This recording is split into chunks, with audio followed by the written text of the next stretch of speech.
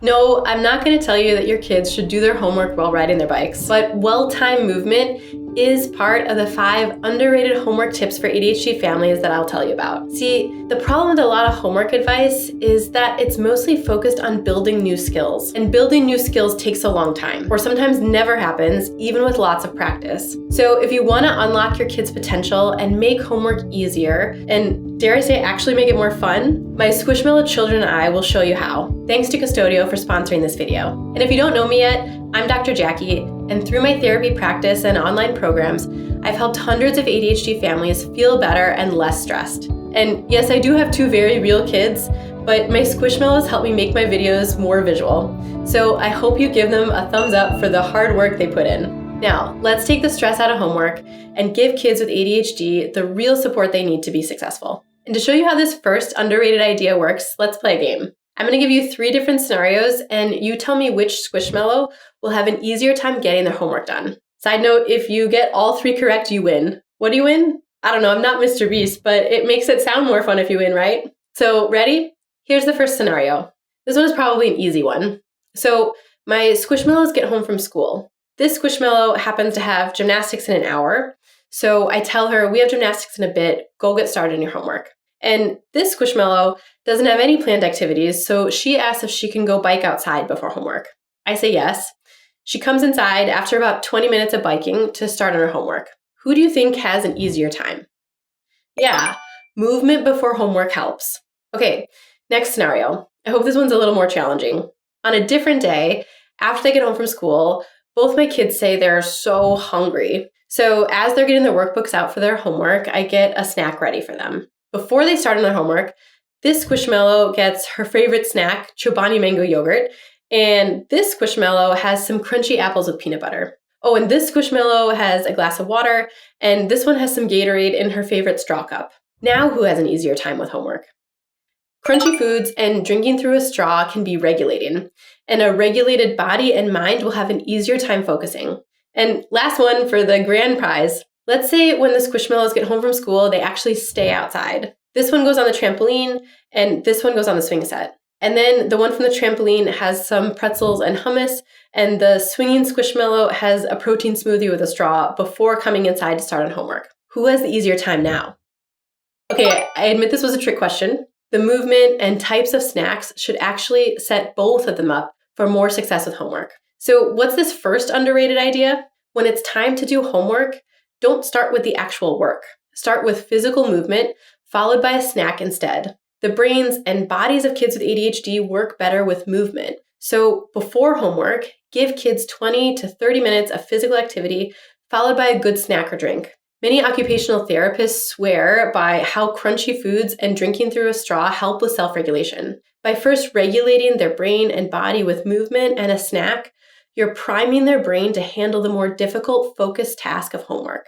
Now, onto the second underrated idea to help with homework. And for this one, I want to tell you about a boy that a colleague of mine was working with. She was seeing him for therapy because he was having a lot of behavioral problems at school, like getting off task easily and getting aggressive with the students and teachers when he was upset. And the parents and school just didn't know how else to help him. There were some other important details to this story, like the school was a 45-minute drive from the kid's home, and both parents worked full-time. So he was in a car or at school for almost 11 hours every day. So one of the main interventions was to give him an exercise ball to sit on at school instead of a regular chair. And this, along with a couple of other basic strategies like 15 minutes of outdoor time every day when he got home, improved most of his behavior issues within 3 weeks. So why did this work? Allowing him to sit on an exercise ball gave his sensory system continual and likely much better input than just a regular chair. It's a different feeling to sit on a ball, and you get this vestibular input, which is our system that deals with balance. And you also get more proprioceptive input, which is the system that has to do with the pressure on your joints and muscles. The extra outdoor time likely gave him more of that sensory input too. So how could this boy's experience help ADHD kids with homework, and what's the second strategy? Make homework a sensory-friendly experience. Kids with ADHD often have trouble regulating their sensory systems, which means they can be easily overloaded by sensory experiences, or they can seek out more sensory input. This was likely the case with a boy who was in a car or at school for almost 11 hours per day. His sensory system was out of whack, and it caused a lot of trouble with his ability to control his behavior. When it comes to homework, you can account for both minimizing sensory distractions, like with noise-canceling headphones or reducing the visual clutter, and by making homework time more appealing to their senses, like with the exercise ball, a weighted blanket or a lap mat, or just laying on a soft rug. Strategies here are going to be really individualized and take some trial and error, but don't underestimate the power of the sensory input in helping get the homework done.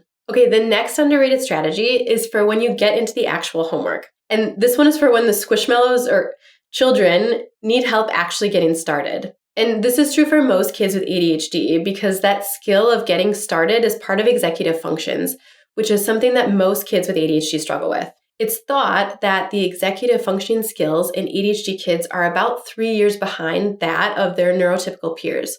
So keep that in mind as far as your expectations go. So what do you need to do? Use this third underrated strategy and break the homework into much smaller, concrete tasks that they can work on for just 5 to 10 minutes at a time. You will need to help your child do this. For example, it might be do the first 5 math problems or make an outline for the introduction paragraph. The actual time chunks or goal can be increased or decreased depending on your child's current abilities. Then set a timer for the designated amount of time. And this part is key. Take a short break for movement or something your child enjoys, like a dance break or working on a favorite art project. Try to keep your break equivalent to or less than the amount of work time. Then go back to the task.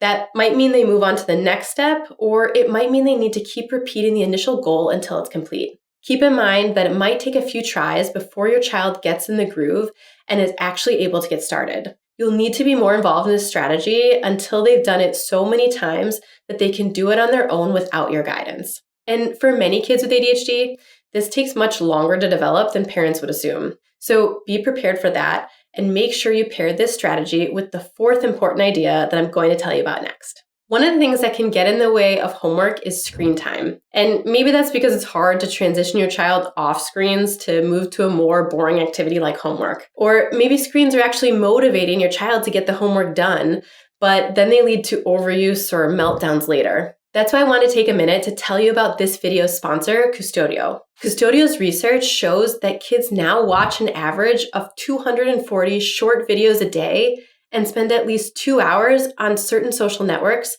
so it's no wonder they're tempted to zone out before homework. That's where an all-in-one parental control app like Custodio can help. Custodio lets you set daily screen time limits and routines, automatically pausing devices during homework or bedtime, and even letting you pause the internet with a tap. You can filter inappropriate websites and get AI-powered alerts for concerning searches, keeping you informed without hovering over your kids. It also lets both parents share the same dashboard and easily manage multiple kids and devices. There's a free version you can try with no credit card required, and if you use a code in the description, you'll get a discount on your annual subscription. As always, make it a conversation with your child.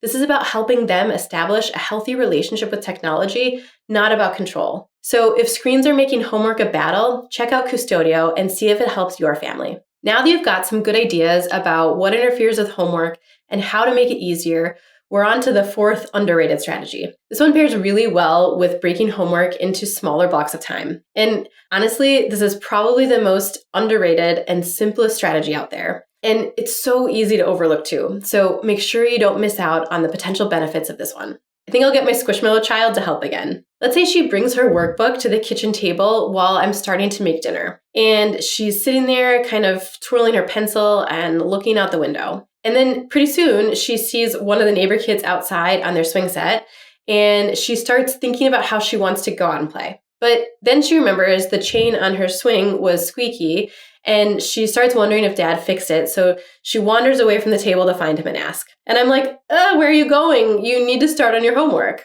I missed a perfect moment to change this whole sequence of events. Did you catch it? She got her workbook out and was sitting at the table. She actually tried to get started. So here's the underrated idea.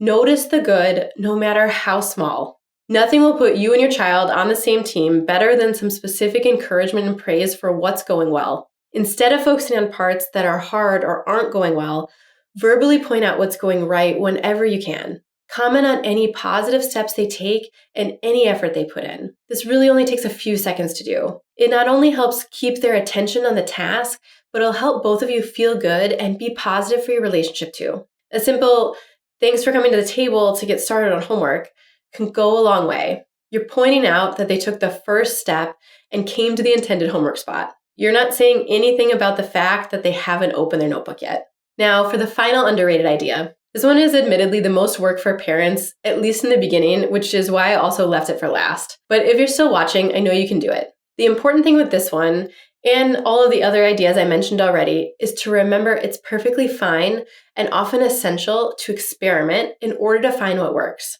There's nothing wrong with you or your child.